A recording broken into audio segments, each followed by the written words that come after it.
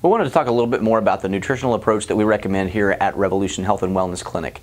One of the primary issues that we see patients having problems with is gluten. There's a lot of reasons that gluten may be a problem, and a lot of the stuff we don't understand well, but we think that it has to do with the hybridization of wheat over the last 60, 70 years. But we see an increasing amount of patients that are having difficulty with gluten and with wheat itself, independent of the gluten component. We know that wheat causes your blood sugar to increase at a faster rate than table sugar, and so we've got some blood glucose issues. Certainly we have some integrity of the gut lining issues with gluten, and there's a chemical called zonulin in your body that also changes the way gluten impacts your physiology. So we recommend that most patients dramatically reduce, if not completely eliminate, gluten, independent of whether or not you have a known antibody allergy to gluten.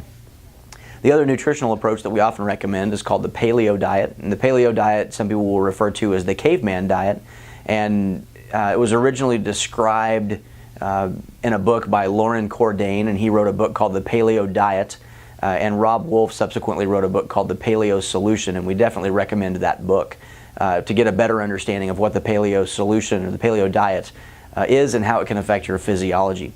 Basically, it is eating meats, vegetables, nuts and seeds, and some fruits. And there are specific reasons why on each of those that we think that that's important. Our meats need to be of very good quality, and what we mean by that is generally grass-fed, free-range, natural, organic is a good idea, but free of hormones, free of the confined feeding operations that we often see in mass-produced meats that are pretty common. The foods that you need to avoid on the paleo diet are grains, and that's any type of grain, and there are specific reasons why on each of those, but avoiding grains, avoiding legumes, and legumes are primarily beans. We see few problems with sweet peas, sugar snap peas, and green beans. Those don't seem to cause patients a lot of problems, but the rest of the legumes do cause problems.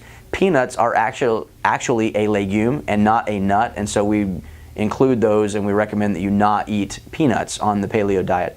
And the last piece is dairy, and that would of course include milk and cheese.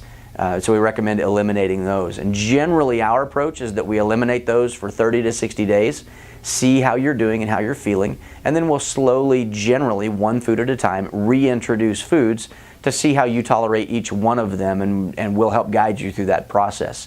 So there are other diet solutions and approaches out there. We want to keep it as simple as possible, get you good nutrition, get your physiology optimized, and still be able to enjoy your foods that taste good. So I hope that addresses some of the nutrition questions that we often get.